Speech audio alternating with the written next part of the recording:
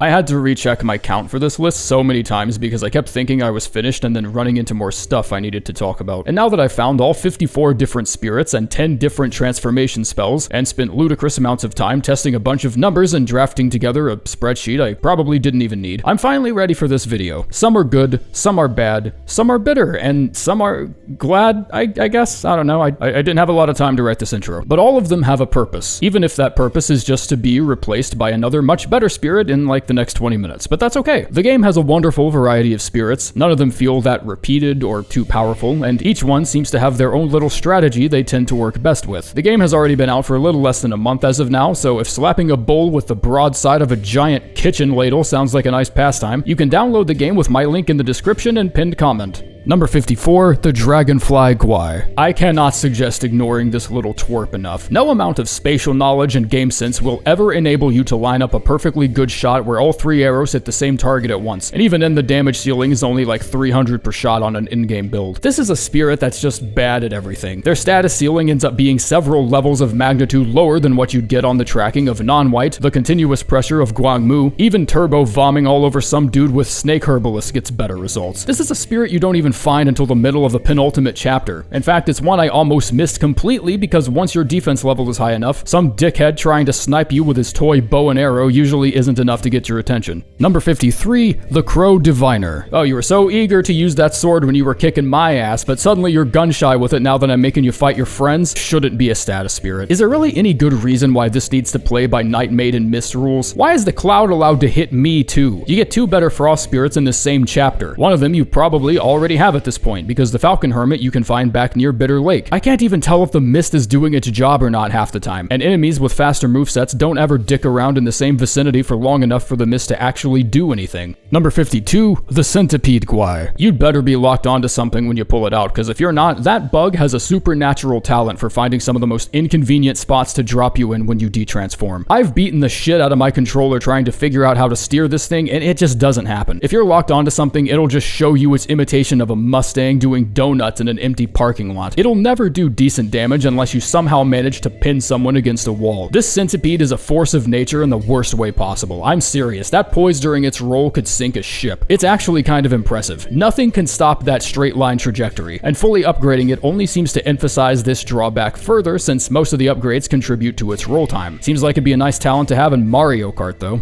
Number 51, the Puppet Spider. I don't know what it needs, but it needs something. Maybe some extra damage, maybe a vacation, who the fuck knows. Even when I was testing this spirit against others, I honestly can't even tell what his damage ceiling is supposed to be, because he can only land 1 or 2 attacks on standard enemies before tap dancing right past him like he's late to a fucking business meeting. The final slam attack only ever seems to land if a second enemy you didn't even see just happens to be behind you, and the reduced might decay as a passive just isn't as strong as it sounds. I'd rather just have something that contributes to my maximum might instead. Number 50, the Snake Herbalist. Venturing out into new territory and covering new games means I have to ask myself lots of small questions about each individual entry, such as, why exactly is the Puppet Spider worse than the Snake Herbalist? And when I couldn't think of an answer, I immediately knew these two were in the wrong spot. The Snake Herbalist is an extremely underwhelming spirit. I don't know if asking for more poison buildup is the right answer here, but everything else it does seems to come up short. I've literally frozen a guy in place with Immobilize for at least 6 seconds, making sure he was right in the center of that poison pool, and just nothing happened. He just didn't give a shit. So either the buildup needs a lot of help, or I was a dumbass and unknowingly tested this on a dude with poison immunity or something. Can't wait for people to tell me which one it was. Number 49, the Rat Imperial Guard. I'm sorry, but a damage ceiling that's barely tickling 600 should not require accuracy from the player. It feels like it's way too easy to miss that second hit if you aren't spacing yourself out properly, and the key cost feels like it just gets so in the way that I've almost forgotten I've had the spirit equipped to begin with. The passive effect is convenient enough, I guess, but complete and total mastery of the perfect dodge only feels necessary for a select few build options. The Imperial Guard can't even out-damage other low-cost spirits like the Poisestone, the Beetle Captain, and just an entire laundry list of better options you can find much earlier. Number 48, Mother of Flamlings. I understand it's supposed to be a status spirit, but why do the fireballs do 0 damage? It's fucking fire, okay? Shit hurts. At least Guangmou has an excuse. Poison is, well, poison. Of course it wouldn't do any upfront damage. He just summons snakes that throw mothballs at people. This isn't poison, this is fire. Why am I so annoyed by this? Well, the status buildup sucks ass through a straw too. The passive effect shaves off around 15% of a spell's cooldown time, which I'm gonna argue just isn't as good as people think it is, since almost every spell in the game has either a quick enough cooldown for it not to matter, or such a spitefully long cooldown that it doesn't matter. Number 47, the Lantern Holder. I don't think I've ever seen all 6 of those wisps hit the same enemy a single time, and I've tested this spirit on some pretty slow-ass dudes. 1 or 2 of them always seems to launch themselves top-wise yonder into Cringeville, but even if all 6 of them clearly hit, the Lantern Holder's damage ceiling still doesn't really contend with other better spirits you can find significantly earlier into the game. Increasing the amount of will from enemies is nice for convenience, but it likely isn't going to be too big a problem for you if you're this far into the game. Number 46, the Rat Archer. A pretty great status spirit if your target just so happens to not have legs. Fully upgrading this little shitter is one of the worst regrets I have in this game. I guess more arrows make sense for status reasons, but I really would have preferred a shorter delay on that windup because holy shit. I honestly didn't think the loading action would be included in the spirit's animations. I kinda just thought I could press the button and then let it rip. The amount of forethought this demands from you is unreasonably high, to the point where you'll almost never land a full salvo on any boss. The only way to guarantee all shots find their mark is to literally hide somewhere out of aggro range like you're hunting a deer. I'm not interested, I'm sorry. Number 45, the Snake Sheriff. Labeling a spirit as not a boss fight spirit is a much bigger deal than in most games, since you spend 80% of your time in Black Myth with a giant health bar across the bottom of the screen. But sadly, the Snake Sheriff is, well, he's not a boss fight spirit. He certainly can be if you're against a boss that can summon minions like the Centipede Guai, or if a stray frog just wanders its way into the arena somehow, I guess. But having knockback as your linchpin utility just doesn't give you nearly as many places to stand out as a spirit that's just built to be a damage cannon. Especially not when you're shredding my defense all the way to 0 when fully upgraded. I don't think that penalty is ever going to be worth what you're trading it for. Number 44, the Wolf Assassin. 500 damage on average is really not a lot to gamble with, and that's doubly true if it can somehow find a way to miss half the time I throw it out. And 5% critical chance when fully upgraded still doesn't really feel like a lot. It'll need to be accentuated with other crit chance boosting items like the Cat Eye Beads and the Spider Celestial Staff. If you've matched this spirit up with the right build, it's hard to say the passive doesn't help, but that's only regarding its passive crit chance boost and not the actual spirit itself. That's quite a large chunk of ki I'm plugging into a spirit for barely 500 damage. I could easily get twice that out of spirits like Commander Beetle and Tiger's Acolyte. Shit, even the Spearbone could get lucky and pin someone against a wall for its full damage. Number 43, the Mountain Patroller. The combat equivalent of yapping. He charges vaguely towards the direction of danger, slashes a couple times, farts, and then leaves. That'll be 43 ki, please. I wish there was a tangible way to actually see the amount of the increase. Jumping heavies with 3 focus points is a nice quick answer to just about anything, but I never feel sure about how much of a difference I'm making if I'm just using this spirit for its passive effect. The tracking is decent against single targets, and the leap he does in the middle of his attack string can help with dodging hits, sometimes, if he feels like it. He's just lacking in every single department, and when early game spirits like Tiger's Acolyte and Wandering White exists, there's just no reason to ever consider this one. Number 42, the Beetle Captain. Sweet Jesus, my camera's in a fucking tree somewhere. It's got pretty great tracking on its attack, surprisingly. Especially impressive seeing how its pathing could have been modeled after a cat chasing a laser pointer, but I guess that just means it's really good at dodging attacks. If you ever get flinched out of this spirit, then I'm sorry, but you just suck. It's quite possibly the most literal one-to-one representation of free damage I think the game ever gives you. If you transform into the Beetle Captain, something is just gonna get hit. It may not be for an impressive amount of damage, and it may not even be who you're aiming at in some cases, but god damn it, something's gonna get smacked.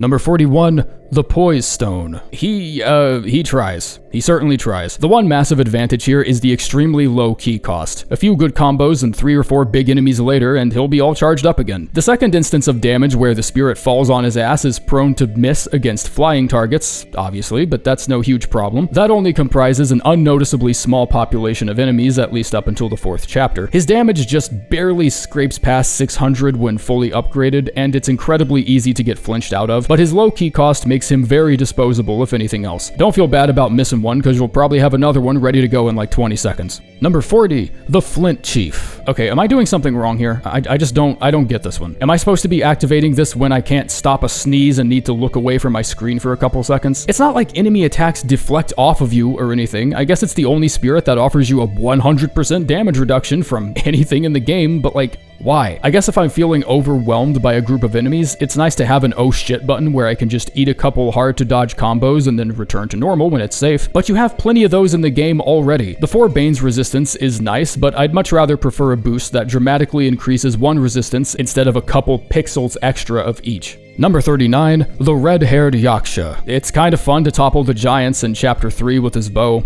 That's really about it. His damage ceiling still isn't nearly as high as the other Yaksha spirit, as well as half the mid-game options you have to choose from. Increasing heavy attack damage is a nice passive effect that's always helping out at least a little bit, but it doesn't seem to help that much. Really would appreciate it if he lined his shots up with a bit more urgency. You're not training for an Olympic medal, bro, just hit the guy that's right in front of you, please. Number 38, the Spearbone. If you can actually get him to travel anywhere near the zip code of an enemy, he can do some pretty decent damage. He does around 100 damage per tick, and if you've got someone pinned against a wall where neither of you can go anywhere, you'll likely hit them for the full damage of the spirit, which ends up being around 1100 or so on a good build. It's not much, but the 3% damage reduction is the lippiest of lip service I could possibly think of. What the shit am I supposed to do with 3% of anything? It could have been 3% potato chip reduction and it wouldn't have mattered. Number 37, the old Ginseng Guai. Holy shit, I didn't even know this was a boss. The old Ginseng Guai stumbles around with the passion and finesse of the Saturday garbage man and with around half the efficiency. It's nice having a little minion that's there to absorb spam and damage and keep enemies distracted, but that's just something other spirits like Guangmou and the Puppet Tick seem to already do with visibly more efficiency. He probably could eat an attack or two if he wanted, but drawing aggro is very difficult to do when you're tripping over your own shoelaces in the corner of the arena. Number 36, Swift Bat. It's a shotgun blast of bat shrapnel right in front of your face, and I do mean right in front of it and not an inch further. Even despite it being an aerial spirit with lots of verticality, it'll only ever spray its damage in a vague area directly in front of where you initially stood when you activated it. I've made the mistake of thinking I can use it at range and then just firing all my hard-earned spirit juice into the fucking floor and thinking, well, shit, can't use that footage. I've never seen a shotgun-based ability require this much accuracy, but I can't complain that much. Missing any shot against a giant stone mutant in the middle of a ground pound attack might be a you problem. The extra stamina regen feels nice enough on active playstyles, and the quick backwards retreat it has on startup makes it pretty hard to get knocked out of it, but you'd best be prepared to miss over half the shots you actually take with it. Number 35,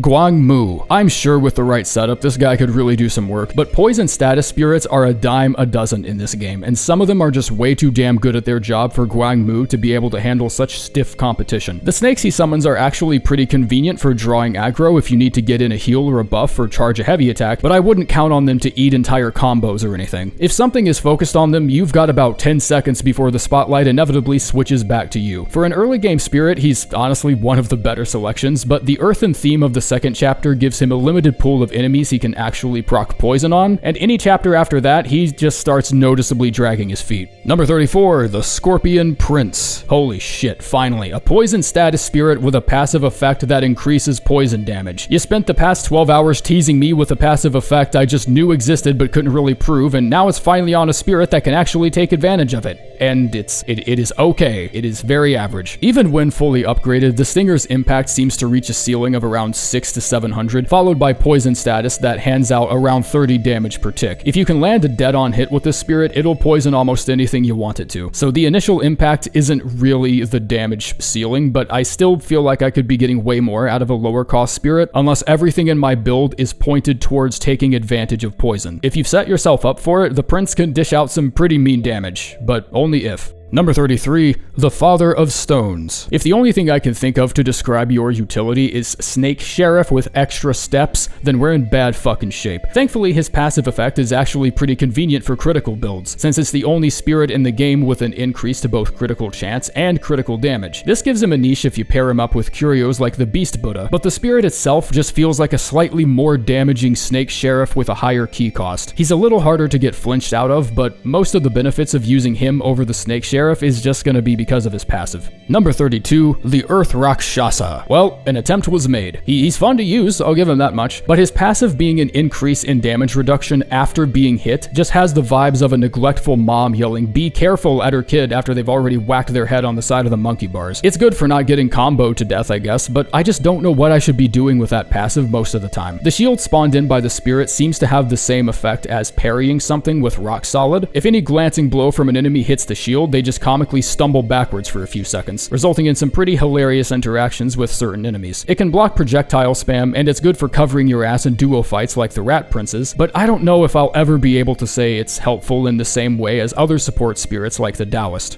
Number 31, the Clay Vajra. That's a whole lot of hollerin' for not enough hurtin'. I was never personally a fan of the whole tantrum-throwing subgenre of fighting style we see in a lot of games today. It's fun to charge up to someone and immediately make them regret their lack of health insurance, sure, but I think most can attest to the fact that if such a move is executed incorrectly or without proper commitment, you won't just not do anything, you'll also look stupid as hell, a significantly worse offense. This is incredibly easy to do with spirits like the Clay Vajra, and no matter how amazing his Scorch buildup actually is, the knee-jerk reflex to bring him out at any whiff of danger can easily be baited out by the lines of code you're fighting against, which I think is just extra humiliating. Number 30, the Enslaved Yaksha. I was expecting a bit more from him, if I'm being perfectly honest. Locking his spirit behind a chapter-long quest involving the assassination of the third chapter's 4 captains isn't exactly something you find in the instruction manual, so I'm pretty sure this spirit could have given me a limited edition Blue Eyes autographed by Seto Kaiba himself, and I still would have looked at him like he was trying to panhandle me for drugs. You gotta put in some work for that key cost, but it's not enough to feel burdensome. It seems to hang pretty consistently around the 1k damage mark, and getting easily staggered out of it can be hard countered with a hefty dose of good old common sense. It could be better, but I guess I don't have any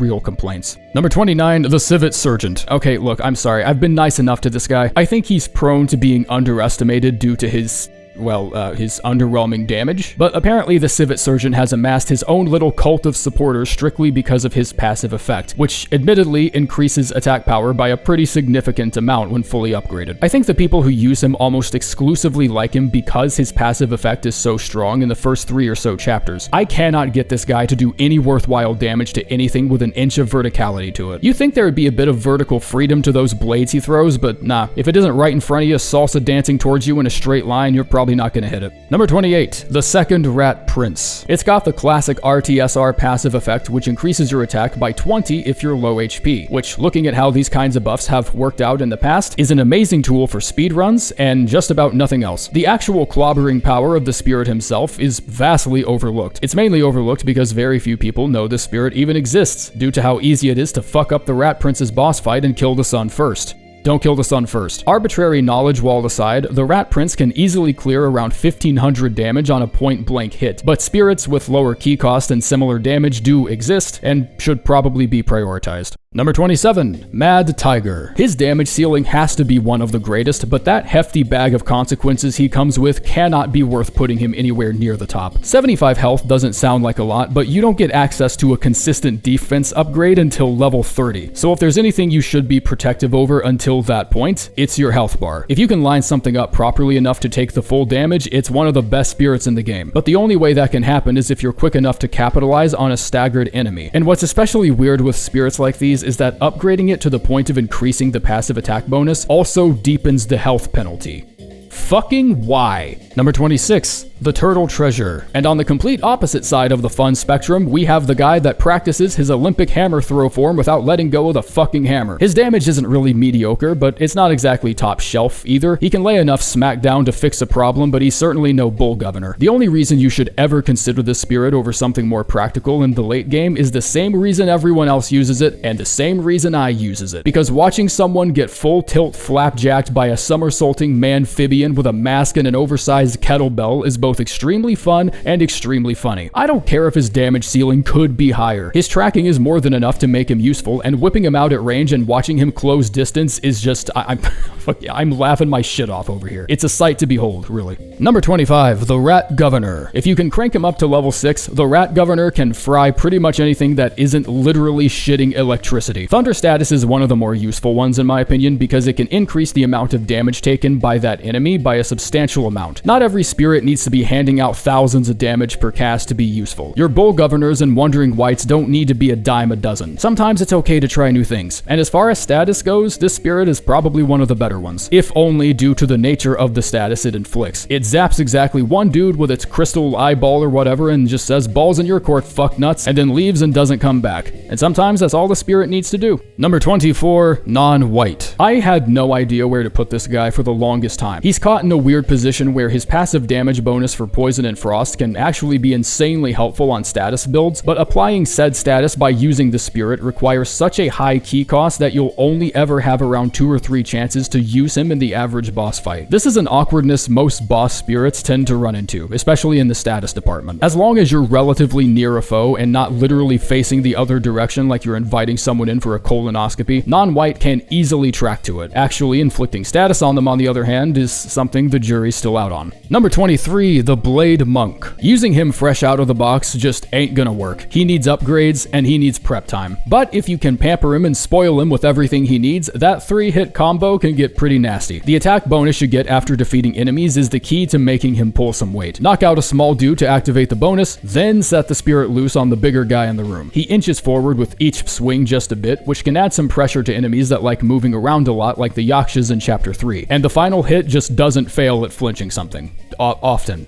I don't see it often. Number 22, Fungi Man. Damn, this dude ain't bad. Wouldn't have minded that much if he made himself a little easier to find. I'm trying to fight shit, not cultivate a mushroom garden. Of course I wouldn't have looked under a plant. You can stack up around 13 to 14 hits in total, but unless you're going after Farmer John's Iron Dragon tractor in the 5th chapter that doesn't move, there's no way in hell every single hit connects properly. It's not impossible. I've done it a few times by accident on an enemy that was both weak enough to be staggered by the first hit and knocked back far enough with each subsequent hit to receive the full damage, but against enemies with more poise, you're just as likely to land around 4 or 5 hits and then Beyblade right past them into a wall. Number 21, the 9-capped Lingzhi Guai. 10 mana is by no means a moderate amount, especially since Immobilize needs 80 when fully upgraded. But the mana cost reduction also stacks with the self-advancement in the Immobilize tree that returns 15 points of mana back to you when crashing the Immobilize state, resulting in 25 total mana saved. I don't know what the poison buildup values are, and I don't give a shit because you shouldn't be using this as a status spirit. The periodic mushroom bursts are great for keeping smaller enemies staggered and applying more pressure in situations where you just want to give your balls a tug and finish a couple combos on someone. And keeping the pressure on actually results in a shitload of damage over time too. This one surprised me. I thought it was gonna suck and it really didn't. Number 20, the Falcon Hermit. I don't think I have ever once seen this spirit not inflict chill on something. I've seen the tornado chill an enemy and still stick around long enough to break the effect with its own damage. I swear to God this spirit has its own military-grade targeting system. Unless the boss has one of those ridiculous now you see me moves where they disappear completely off screen, that tornado just isn't gonna miss. The maximum damage isn't that high, like at all. It seems to have damage comparable to the Poisestone or even the red-haired Yaksha on its good days, but if the Cyclone hits the same enemy more than 3 or 4 times in a row, it ain't gonna be moving anywhere for a while, giving you either a wonderfully long window of recovery or a decisively long window of ass kickery to be inflicted on the poor fucker caught in the storm. Number 19, Verdant Glow. Having this much passive health recovery makes it to where as long as you know how to properly space out fights, take a knee and run out the clock, you just can't be stopped. It enables a kind of boring and not very cinematic playstyle that won't make you feel nearly as cool as forcing someone to deep throat your entire forehead, but it provides a lot of passive health regen almost to the point where a gourd is barely even needed if your playstyle is that passive. I was sort of hoping it would borrow a bit from the Chameleon spell in Dark Souls 3 where transforming can actually de-aggro enemies on the stupider side of the spectrum, but that doesn't look to be the case.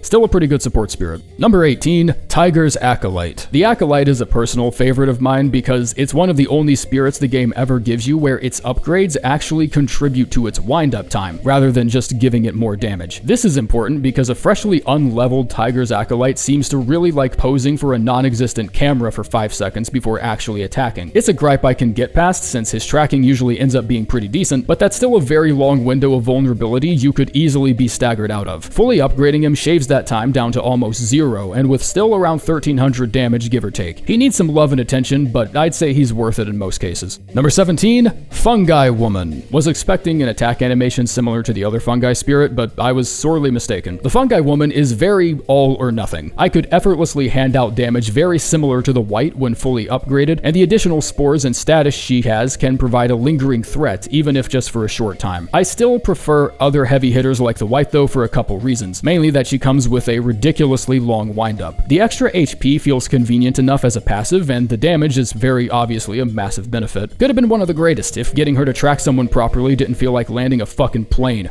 Number 16, Misty Cloud, Cloudy Mist. I promise this is a wonderful spirit, you just need to be a little careful with where you set him up is all. It's like setting up a firework. Wouldn't make sense igniting it inside somebody's truck. From what I've tested, Cloudy Mist always seems to appear vaguely in the direction of ahead and slightly to the right. And I assume this is why when you're facing a cliff or somewhere out of bounds where that particular area is obscured by something, he just gives up and decides to take the day off. In a flat land scenario with nothing in front of you, i.e. just about every boss, you have to actually try to not connect with its full damage. When fully upgraded, it reduces the cost of Cloud Step by 10 mana, and proportionally, that's pretty huge, since Cloud Step only needs 30 as a base. Number 15, the Apramana Bat. If it weren't for the absurdly high key cost, I'd honestly just never take this one off. Boss or not, if it can be killed, it will be. Unless you are literally fighting an ice cube tray, this bat just becomes an immediate problem for whoever you're trying to take down. It's like having a second Immobilize in your back pocket. It's given to you right at the beginning of the 4th chapter, and since the only 2 main chapters you have left before the end game are Big Fucking Forest and Big Ass Volcano, it just never stops being useful for the whole rest of the game. The only downside is that this is one of those spirits that really just needs the Gilded Radiance set to work. Otherwise, that key cost just gets in your way far too often. Number 14, the Puppet Tick.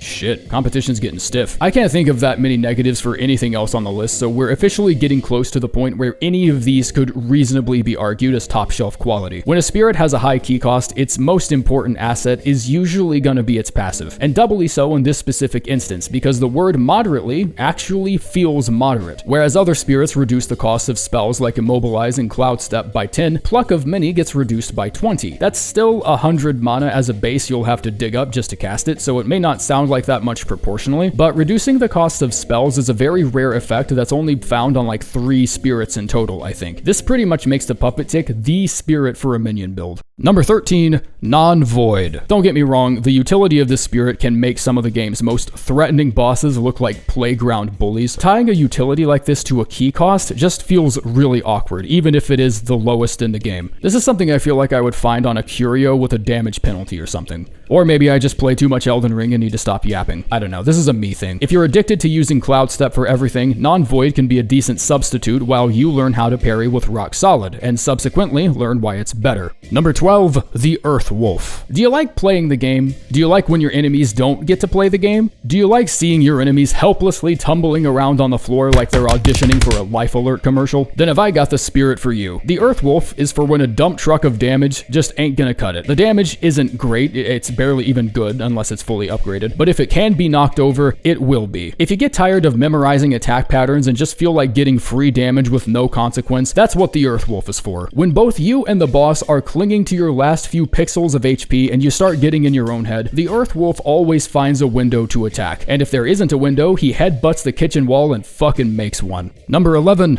Commander Beetle. This is a problem every single game eventually has to wrestle with at some point. It doesn't matter how many damage boosts your passive is gonna give me, and it doesn't matter how much mana I'm saving by having a certain spirit with a certain armor set and a certain staff. The de facto greatest tactics are always the simplest. If you give me a dude with 2 swords who can do big damage really quick, a reasonable recharge rate, and a passive effect with an immediate benefit that gives me insight on the shit I'm gonna run into for the next hour, I'm just not gonna take it off. I don't even have anything else to say, like he's just good. Number 10, Non-Pure. Nice. Good damage, doesn't stagger for shit, can kneecap most big bosses with a single use. This is my kind of combat spirit. Great for rock solid builds since the damage reduction gets applied whether or not the spell is mistimed, and you should absolutely, under no circumstances, say no to 10% damage reduction. Like that shit is just huge, especially in New Game Plus cycles. The attack string is a 7-hit combo that ends up totaling out to around 1500-ish damage on a decent in-game build, and even if someone manages to dodge the first couple swipes, that halberd can and will stunlock something as soon as any hit from it lands. And even if it somehow doesn't, the key cost isn't like terribly high or anything. Just slap on the good old Gilded Radiance set and start farming fuckers. It'll come back. Number 9, top takes bottom,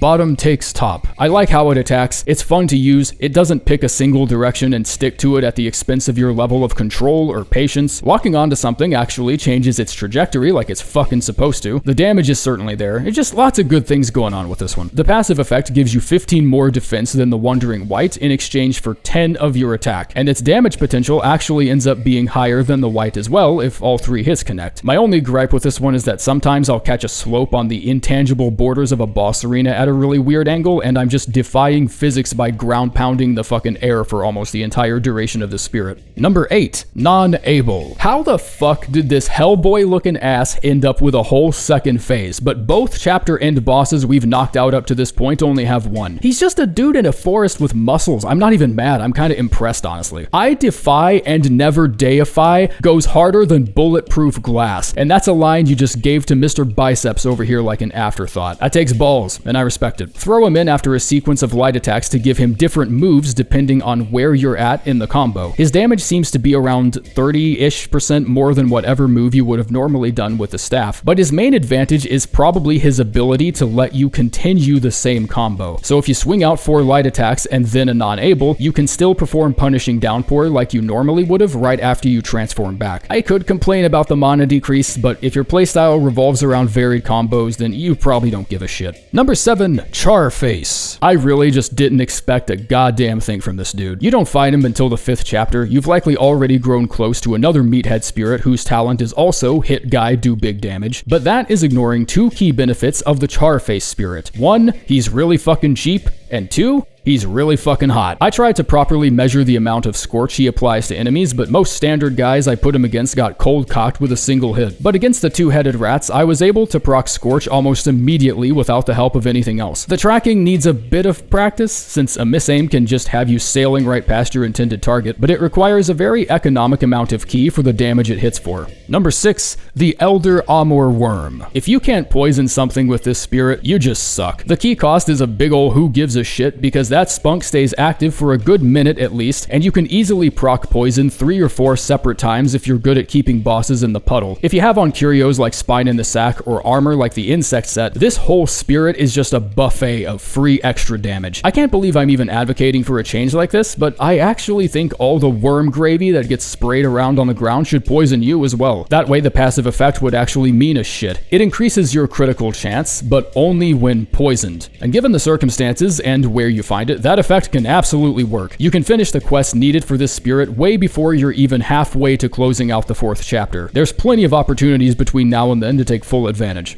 Number 5, the Gore-Eye Daoist. To my knowledge, this is the only spirit in the game that actually increases your maximum mana instead of penalizing it. 164 ki is one of the highest demands of any obtainable spirit, but when fully upgraded, the Daoist can boost your total attack by 25%. A little over 25% actually, which is, that's massive. Like, it's almost bullshit how massive that boost is. The range of his field also gets pretty nicely upgraded once you get him to 6. It's pretty easy to get staggered out of his windup, and he does seem to drag his ass a little before slamming the staff down, but like, I mean 25%, and it stacks with Tiger Subduing Pellets. Nobody gives a shit about things like poise. Whoever you're fighting, just knock them over with a varied combo and then cast it. You'll have plenty of time. Number 4, the Wandering Wight. It is hilarious how good this guy is. He doesn't come with all the bells and whistles and status effects and weird but somehow useful passive bonuses you can find on other mid to late game spirits, but what he does have is a tremendously large face and a visceral hostility towards people who disrespect it. He's the very first spirit you even get, and he somehow ends up lasting all the way to the final chapter of the game because his immediate damage is just that good. There's barely any delay between when you summon him and when the damage is dealt. He arrives punctually and does his job well. 2 benefits that apparently get increasingly scarce the further you go. This is the litmus test for when you eventually decide your next spirit for a New Game Plus run. If it can do more than the Wight, you'd better hold on to it. Number 3, the Flint Vanguard. From what I've seen and tested, this spirit probably has the highest damage ceiling in the entire game, and that matters exactly 0 because no matter what little self-preservation skills your enemies have, 1 or 2 hits always find a way to just flat out miss completely. But that also doesn't matter that much, as long as the magma wave at the end of his attack chain hits what it needs to, which it usually does. This just makes me sad that we didn't get our own Stone Vanguard spirit, because that motherfucker's got some area control. He staggers as much as you'd expect from a brick shithouse that's made of brick and the size of an actual house. The passive increase to Scorch damage really helps that final magma wave, and the added resistance to it helps with bosses yet to come like the Crimson Silver Cart. Number 2, Baw-Li-Guhh-Lang, or Baw-Li-Guhh-Lang if you've upgraded him. Aside from the annoyingly out-of-the-way endeavor you'll have to go through to get him to his max, this is probably one of the coolest spirits the game ever gives you because it's the only one that transforms into something else entirely when fully upgraded. It has a chance of becoming one of 5 different spirits that inflict either one of the 4 Bane's effects or just raw physical damage. And on paper, that kind of annoyed me a bit, but once I started using it, I found out very quickly that it really just doesn't matter that much who's on the receiving end. If it's not literally a giant bug with green mold pouring out of its armpits, it's probably gonna get poisoned. Just use it, it's one of the best. Number 1, the Bull Governor. I spent a good 15 minutes just moving around the top 5 entries on the list, so it was down to the wire between this guy and everyone else I've talked about in the past 3 minutes. But I just can't ignore how good this guy is. He has the immediacy of the white, the stopping power of the Vanguard, and the status of Baw-Li-Guhh-Lang all in a single swift action. He may not fare that well against rocks, and, well, pretty much anything in Chapter 2. Kinda hard to set a boulder on fire. But in every other situation, his upfront damage consistently outpaces the white, his Scorch buildup is pretty enjoyably fast provided all the hits connect, and he just doesn't get knocked down, like ever. He deals 5 separate instances of damage if up close, making him friendly towards critical builds, but even at a distance, his charge can zero in on someone very quickly. Fucking up that final hit takes some serious effort, like I've just never seen it miss.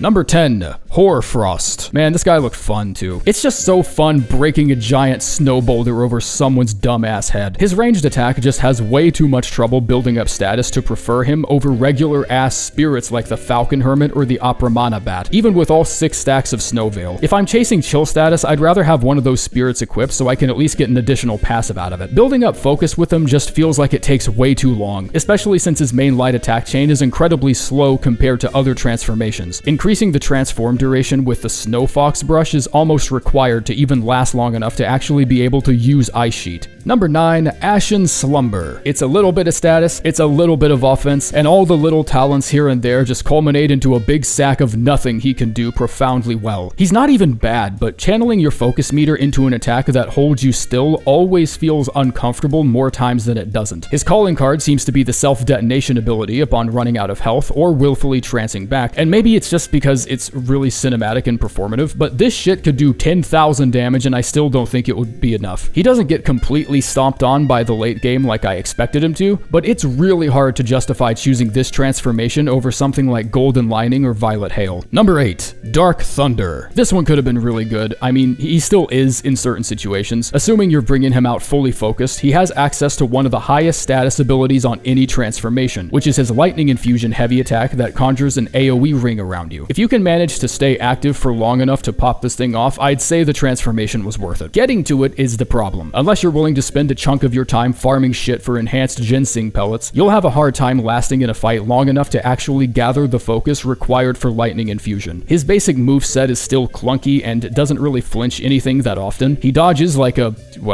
giant fucking horse that walks on 2 legs. The dodge feels exactly like what you'd expect. Number 7, Umbral Abyss. If you suck at finding shit, this is gonna be your best transformation, because it's the only one you're literally given up until you beat the game, because you suck at finding shit. The game pulls a good old early 2010s clickbait by giving you an attack that can cut through entire concert gatherings of enemies only for you to find out, oh, that was the free trial version designed to sell me the software. And as far as transformations go, it's good. I mean, you certainly do more damage in this form than your normal monkey self. And if it's somehow the first transformation you found, then by all means stick with it, but the dramatic build up to getting this transformation is just way too fucking good for what it is. They rolled out the red carpet for like oyster crackers or mediocre network sitcoms. I don't know, something boring. Number 6, Azure Dust. Spells like Azure Dust are often an unsolicited yet very necessary reminder of why we should never go full ham on efficiency without plugging any points into the move around stat. Will you deal damage in Azure Dust form? Yes, absolutely you will. Will the enemy have trouble doing damage to you? Probably. But the playstyle of Azure Dust is extremely passive at its core, since you're left without a dodge, a sprint, and can barely even stand up on your own 2 fucking feet for that matter. Aiming your heavy attack feels like loading up a medieval catapult, because once you've started the attack, there's no way to rotate yourself around, which just feels very uncomfortable. And no amount of poise or damage done in a specific time frame can compensate for the glaring hard counter of the boss being somewhere the fuck else. Number 5, Violet Hail. Look, it's the one spell I'm glad I learned how to use before finishing the video. Violet Hail has a playstyle that all but guarantees there's at least one tier list out there that puts this transformation at the very bottom of the list, because deadlines are deadlines, and I guess that means I can't be fucked to press buttons and read. I don't even need to look it up, I just know it exists. However, I think a line needs to be drawn somewhere, because despite this transformation getting really fun once you learn how it works, it still gets caught on a couple shortcomings that prevent me from looking at it too fondly. Coming with the innate ability to refill your whole HP bar is a nice utility, but it's balanced out by the noticeably small health pool and the poise of a crumpled up movie poster. And at least in that regard, it probably ends up being the most well-balanced transformation in the entire game. Number 4, Red Tides. He's got just a bit of everything. An all-purpose clean sweep of talents that leaves nothing behind. Easy to use, easy to find, easy to maintain. The standard light attack chain gets really useful around the 3rd and 4th chapters due to its high scorch buildup, and that dodge heavy will carry your ass through to the end of the game if you allow it to. Just be aware that dodging horizontally changes the heavy to a multi-hit spin move, which I'd assume is great for building up status, but I'm like 95% sure the heavy attack after dodging forwards and back is just way better. The damage on it is just stupid for an early game spell, and I vaulted over half the arena diameter with that shit, and it still finds a way to connect most of the time. Number 3, Ebon Flow. God, this boss sucked. I mean, he didn't. He was actually one of the coolest fights in my opinion. I just hate how many answers he always had for my bullshit, and I didn't figure out how susceptible he was to rock solid until I already beat him. He just feels good to use. He feels like all the best parts of Azure Dust and Umbral Abyss without the bullshit just got thrown into one transformation. Standing still and just eating shit up with his guard stance is the easiest and quickest way I've ever been able to fully fill a focus meter when transformed. You don't even have to time perfect guards with it, just hold a button in front of someone, and if they're aggressive enough, they just do the heavy lifting for you.